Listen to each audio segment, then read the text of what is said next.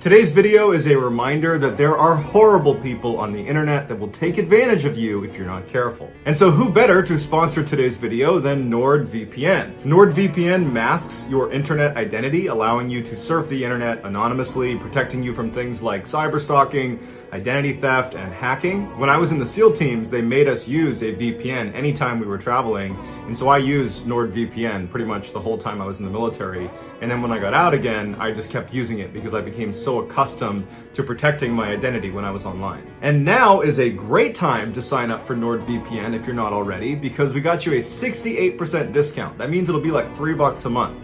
And if you sign up now for the 2-year plan, they will throw in an additional month for free. And there's a 30-day money-back guarantee, so there's virtually no risk, besides you not using the VPN and getting taken advantage of. So if you want to protect yourself against some of the creeps that I'm going to talk about in today's video, click the link in my description that is nordvpn.com/Mr. Ballin, or use the code Mr. Ballin. That is again nordvpn.com/Mr. Ballin, or use the code Mr. Ballin. Also, I just found out the like button does not use NordVPN, or any VPN for that matter, so please hack their computer and steal their identity. All right, let's get into today's stories.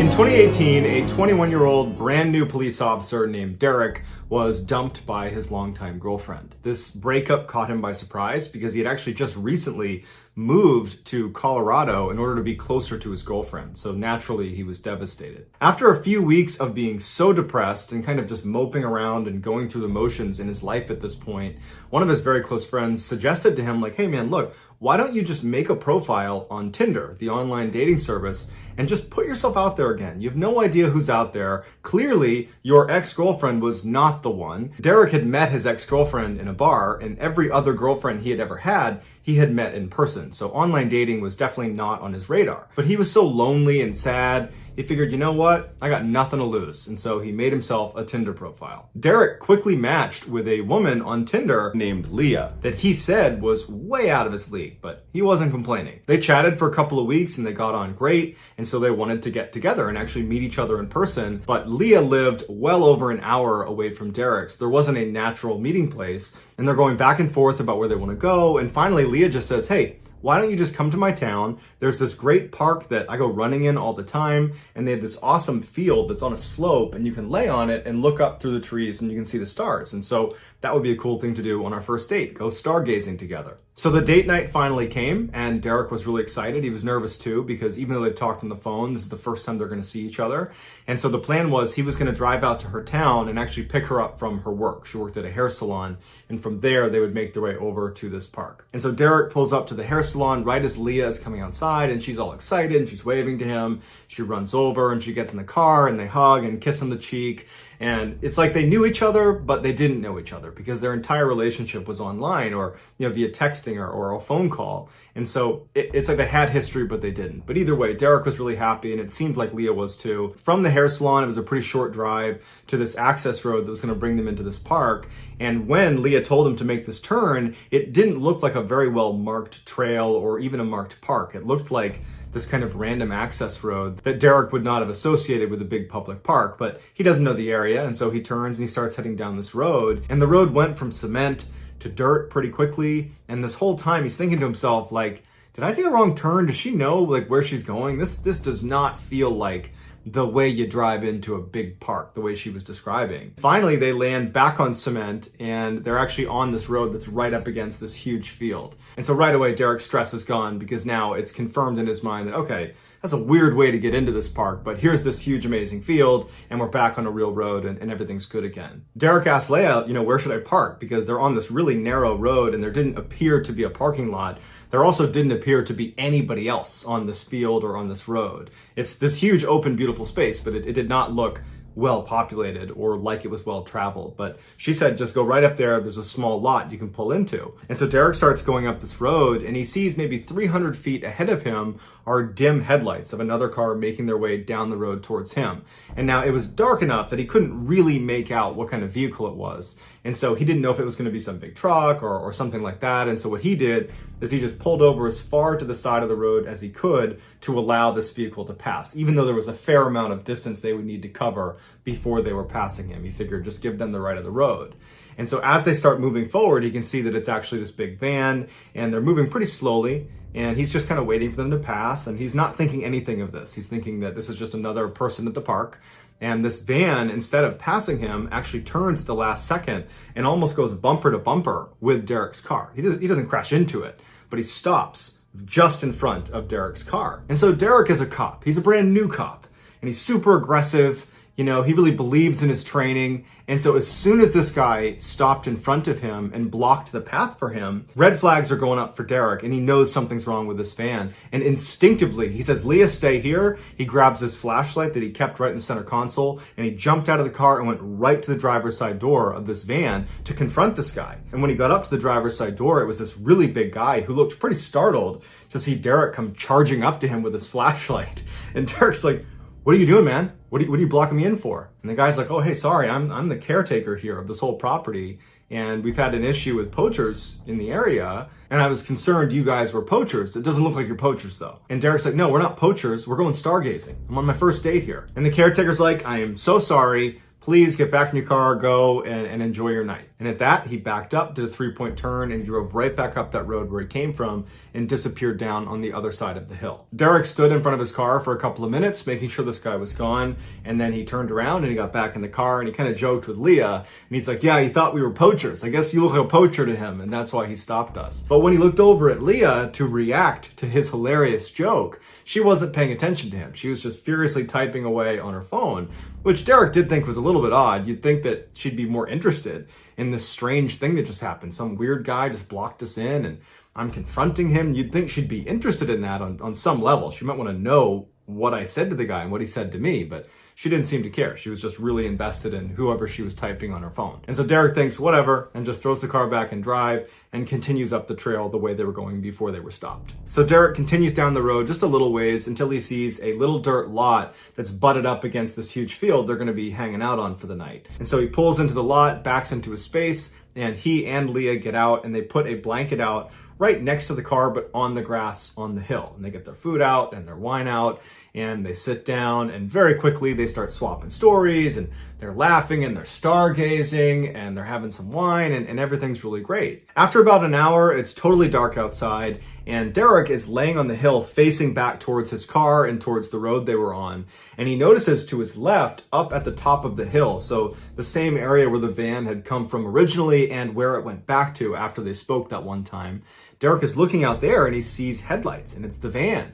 And now the van is driving down the road, not leisurely like it was before, but they are flying down the hill. And before Derek or Leah have a chance to react to this van barreling down on them, it comes flying into the parking lot and practically hits his car and comes to a stop where it's boxed his car in. So even if he got in his car, he couldn't drive away. And so Derek jumps up, Leah jumps up, and the guy, the caretaker, the nice caretaker he talked to before, he hops out of the driver's seat and he walks around the front of the van. He's got this pipe in his hand and he looks at Derek and he's like, give me your keys and your wallet. And again, Derek is this brand new cop. You know, he's 21 years old.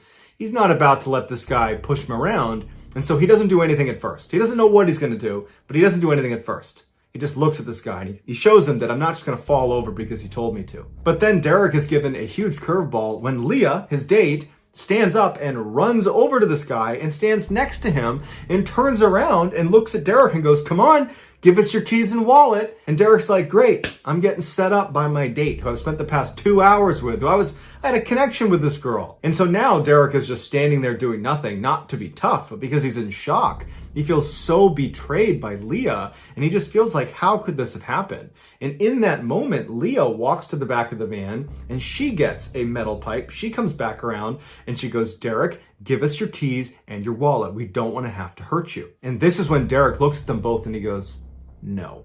And as soon as he said that, the big guy tackles him. He gets thrown to the ground, but Derek could handle himself, and very quickly he was able to get up, and he drew his concealed carry pistol, and he's aiming it at the big guy and then back at Leah, and he's like, yeah, I'm a cop. Go ahead and put your hands up now. As soon as they saw the gun, they both dropped their pipes and put their hands up. And so as he's holding them both at gunpoint, and he's looking over at Leah like, really?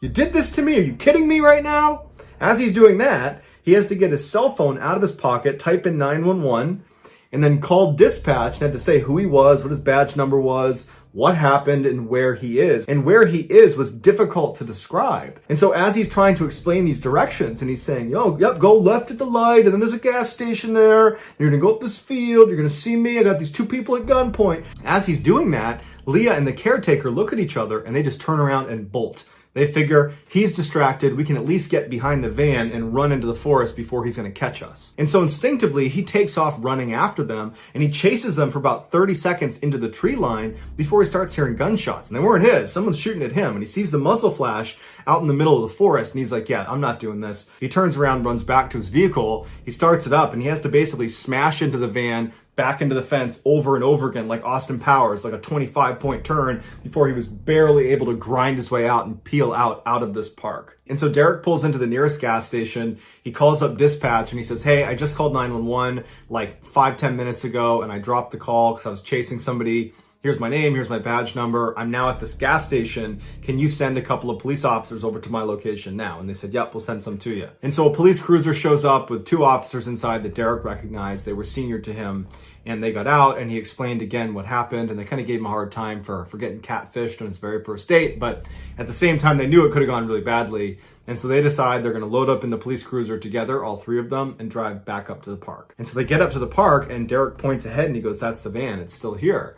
And so they drive up and they stop short of the van. And the 2 uniformed officers, they turn to Derek and they're like, just stay in here. We're going to go check this van out. And so Derek's sitting in the car watching these guys go up to the vehicle, guns drawn. They're looking all around. They're clearing behind the vehicle. They're looking in the wood line. There's nobody there. And at some point he sees them put their pistols away and they go in the van. They're kind of shining with their flashlights all around. They're looking in the back, looking in the front.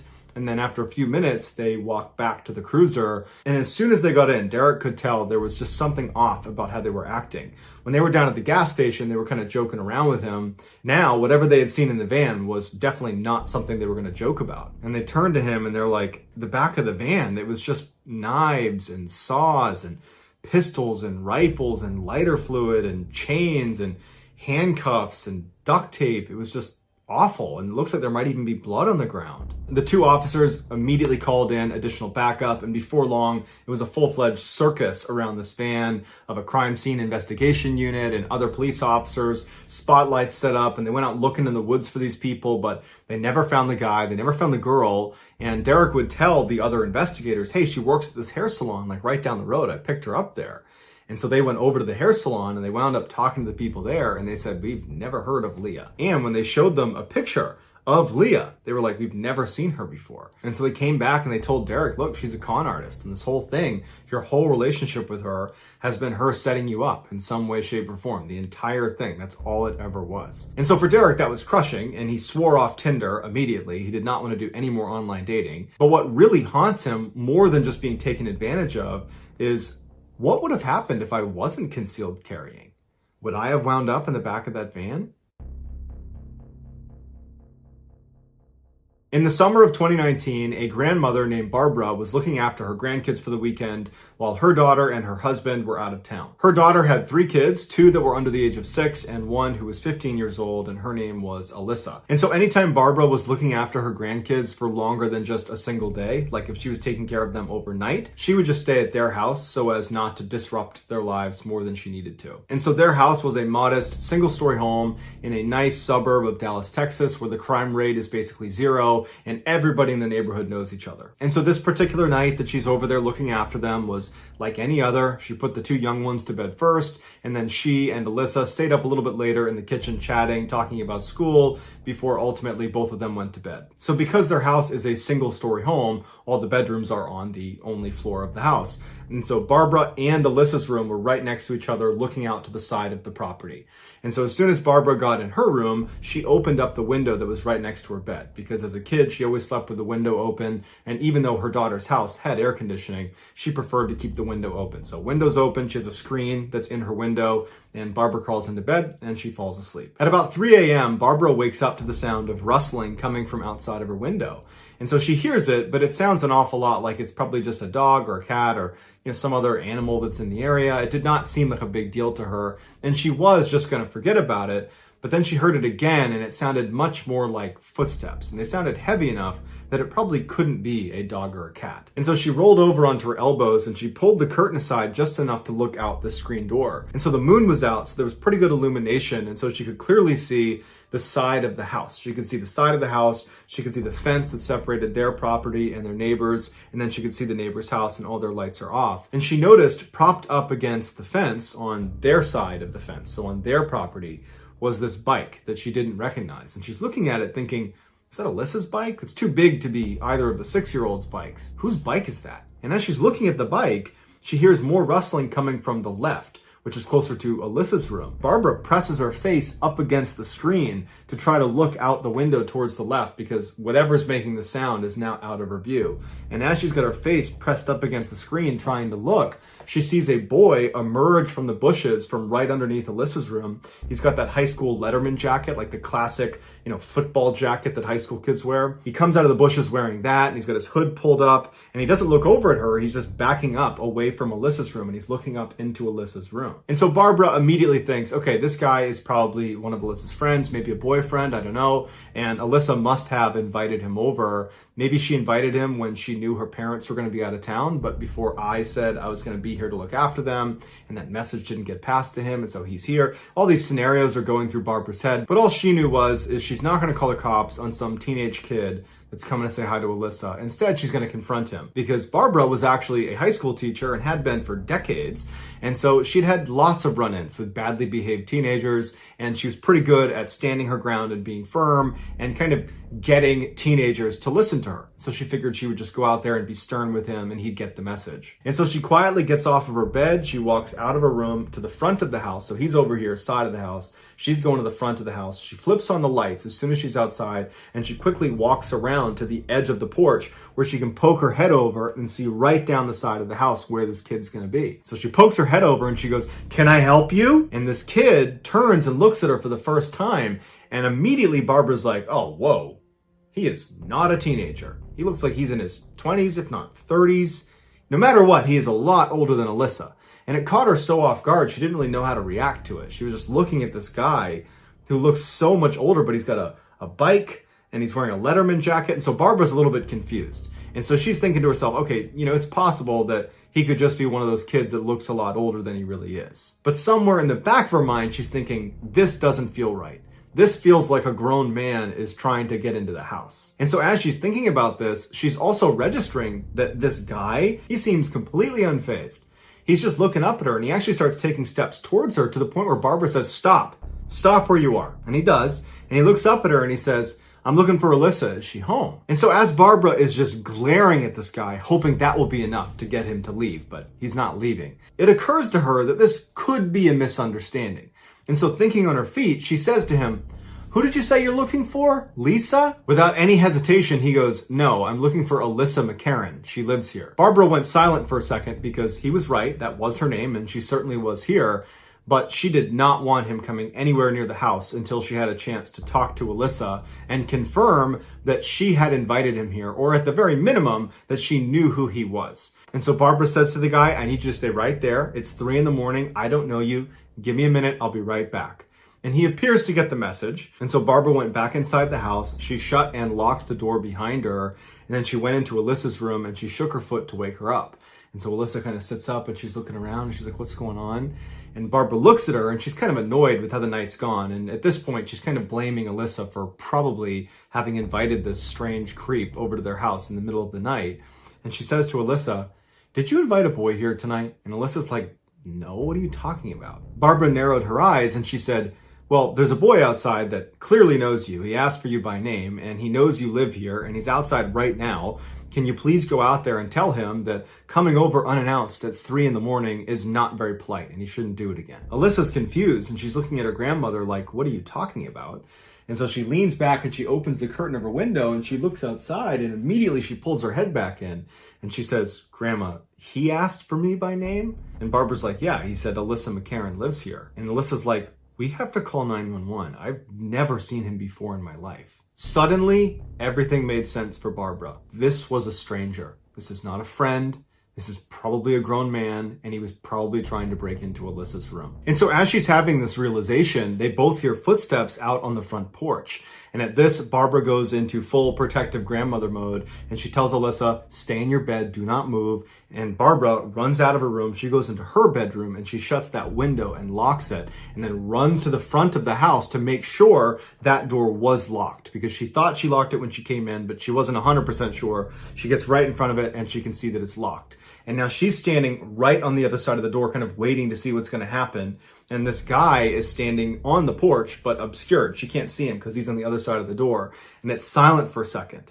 And as she's standing there just waiting for something to happen, she hears knocking on the door. And it startled her when she heard it, and she yelled out, there's no Alyssa McCarran here. You have the wrong house. You need to leave or I'm calling the police. And the knocking stops for a second, and he says, I know Alyssa lives here. Tell her to come outside. He goes back to knocking, and Barbara picks up her phone and she calls 911, and she intentionally talks really loudly into the phone, making it very obvious she is calling the police. And very clearly this guy picked up on what Barbara was doing, because the knocking stopped and she saw him through the little slit of glass next to the door run to the left of the house, back towards the side where his bike was. And so Barbara, while on the phone, runs into the bedroom where she was sleeping, and she looks out the side window, and the last she sees of this guy is riding his bike across the street. And then he stops next to an SUV, and he opens a trunk and he throws the bike in the trunk, and he gets in the passenger side of the car and they drive off, which means whatever he had planned to do with Alyssa or whatever he was doing this night, he had an accomplice. The police show up a couple minutes later, and at this point, this creep and whoever he was with are long gone, but Barbara still gives her description of the vehicle and description of the night and what happened. And the police told her that over the past couple of weeks, they've gotten very similar reports from other households where there are young girls inside of the house. Apparently, this boy was actually a grown man that would use social media to figure out where kids lived, and then he would dress up like a teenager, and then he would go stalk them. And so whatever Alyssa had listed online, he had been able to deduce that she lived there, and who knows how long he had been looking in the window at her at night.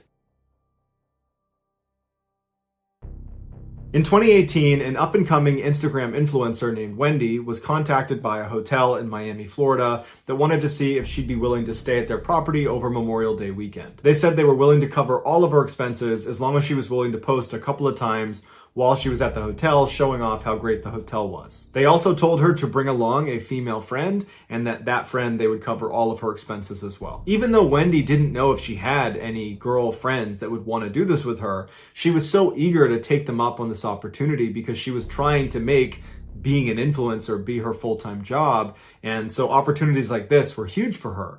And so she said yes, even before she knew if she could bring along a friend like they asked her to. And so sure enough, over the next couple of days, as she reached out to her network to see if there's any females that wanted to come with her, everybody was either busy or wasn't that interested, or they had plans. And so since she did not want to cancel, she thought, well, it can't be that big of a deal if I bring along a male friend.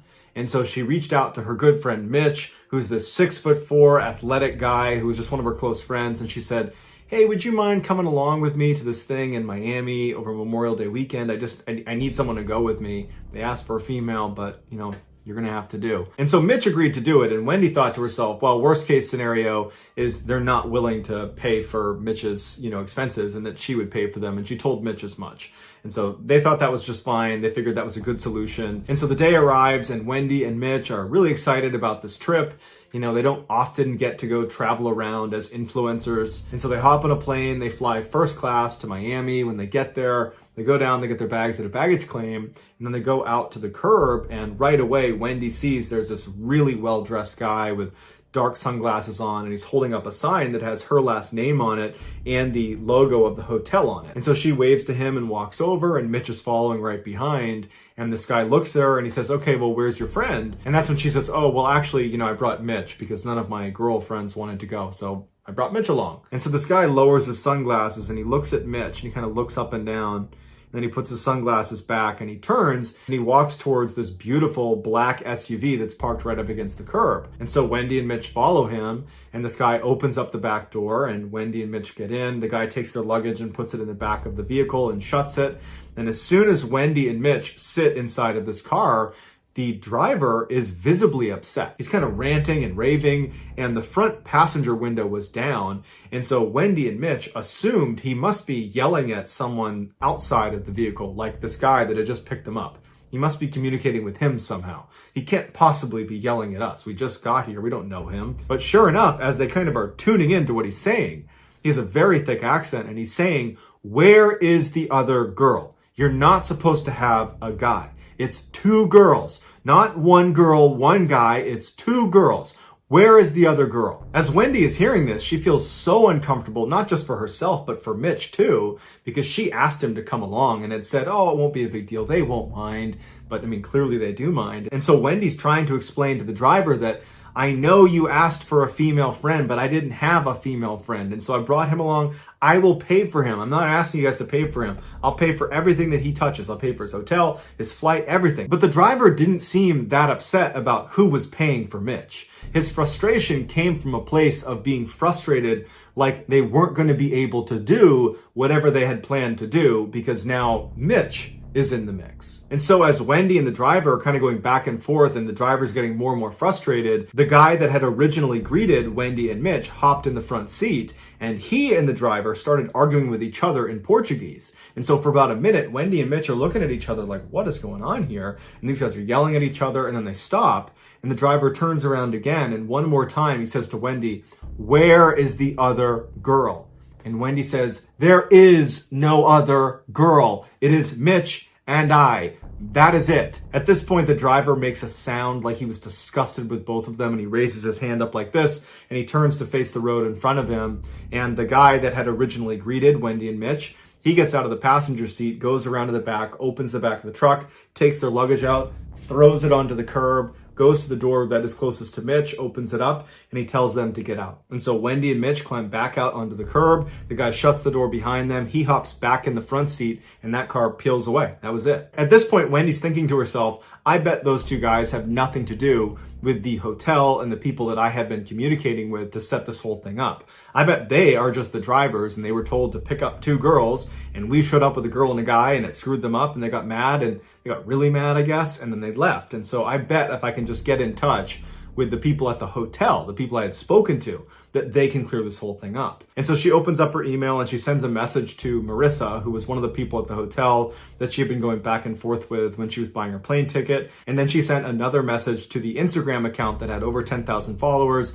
that she had been going back and forth with quite a bit, that had actually originally reached out to her. And so for a couple of minutes, Wendy is watching her phone, waiting for a response. And at some point, Mitch says to her, by the time we get a response to either your, Instagram DM or your email, we probably could have just taken an Uber over to the hotel and spoken to them directly. So why don't we just go do that? And so they agree, they hop in an Uber, and they drive the short distance to this hotel. And as soon as they get out, Wendy notices something that at the time did not seem like a big deal, which was the logo of the hotel, the one in real life right in front of her. It was a little bit different than the one that is on the Instagram page, the one she'd been talking back and forth with. That was their profile picture. It's different than the one in real life. And so that stood out to her just because she had looked at that page a number of times. But it was definitely the same hotel, and so she didn't think much of it. And she and Mitch walked inside right up to the front desk, and Wendy asked to speak with a manager. And shortly thereafter, a manager comes out, and she asks Wendy and Mitch to come into her office. They go inside, and she says, "Okay, guys, what's going on? What do you need?" And so Wendy explains the framework of the deal she had negotiated with Marissa. And she said, "Look, when I got to the airport, the guys that picked us up were incredibly rude, and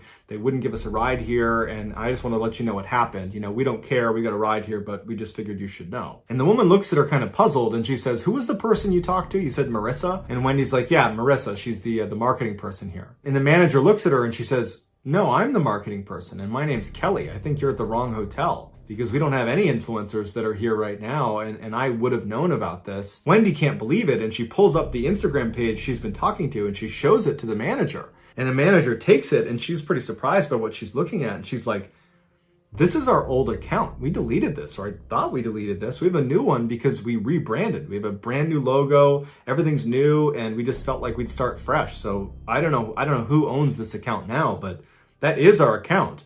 It's just, we don't use it anymore. I don't know how anyone got a hold of it. At this point, it clicked for Wendy that this whole thing was a facade, that this whole time she was being conned, and what really scared her is, to what end? What were they trying to do with her? Had she shown up with the other female friend, what would they have done with her? But at this moment, Wendy just feels totally overwhelmed by the entire moment. She's so embarrassed that she thought this was real, and she dragged Mitch along, and this whole thing was just fake. She's so embarrassed that she just approached this manager who basically said, that's all fake. And so she just wanted to leave. And so she stands up and she says, I'm really sorry for wasting your time, to the manager, and she and Mitch leave. She goes outside and she just sits down and she's crying. And Mitch says, hey, you really ought to call the police and let them know this happened because, clearly there were plans for you and, had you brought a female friend, and they can't have been good plans. I think you need to let the police know that this scam exists. And so Wendy does call the police and she explains what happened. And she's surprised when they say, hey, where are you right now? We'd love to send a detective over to you to talk to you a little bit more about what happened. And so Wendy tells them where they are, and she's a little bit surprised that they want to send a detective over to talk about this because in her mind, this isn't that big of a deal. I mean, it's a big deal to her and to Mitch, but nothing really happened. But either way, they go sit on the bench right outside the hotel and they wait for the detective to show up. And just a couple of minutes later, he does. He walks up, he introduces himself, and he says, hey, let's go inside and grab a table and we can chat. And so they go inside and they sit down, and Wendy and Mitch go over their story one more time. And after they're done, the detective says, look, I don't mean to scare you, but I do want you to understand just how serious of a situation you guys were just in. So in Miami, human traffickers use these phony hotel Instagram accounts to attract young women like yourself to Miami in order to be trafficked. And so they will buy these old business Instagram accounts from companies that have either rebranded or who are going out of business. They'll pay top dollar to acquire those Instagram accounts. And then they will use them in order to get people like you to come to Miami. And so probably the only reason they didn't follow through on their operation is because you brought Mitch along, who posed a threat to them. And so that's why they were upset with you, and that's why they decided it wasn't worth it. So even though this must have been incredibly traumatic for you, I'm sure you were spared a much worse fate. So that's gonna do it, guys. I hope you enjoyed today's stories. If you found the secret somewhere in the video, tell us in the comments what it is and where you found it. Give us the timestamp, and if you're the first to do that, we will pin you at the top of the comments section. If you enjoyed today's video and you haven't done this already, remember the like button does not use NordVPN or any VPN for that matter, so please hack their computer and steal their identity. Also, please subscribe to our channel and turn on all notifications so you don't miss any of our weekly 3, 4, even 5 video uploads. If you want to get in touch with me, you can direct message me on Instagram or on Twitter. My username for both platforms is the same. It's JohnBallin416. I also have a ton of content over on TikTok where my username is Mr. Ballin. If you have a story suggestion, please submit it to our subreddit just called Mr. Ballin. It's linked in the description below. So whether I see you on Instagram, Twitter, TikTok, Reddit, YouTube, or some combination, just know that I really appreciate your support. And until next time, that's going to do it. See ya.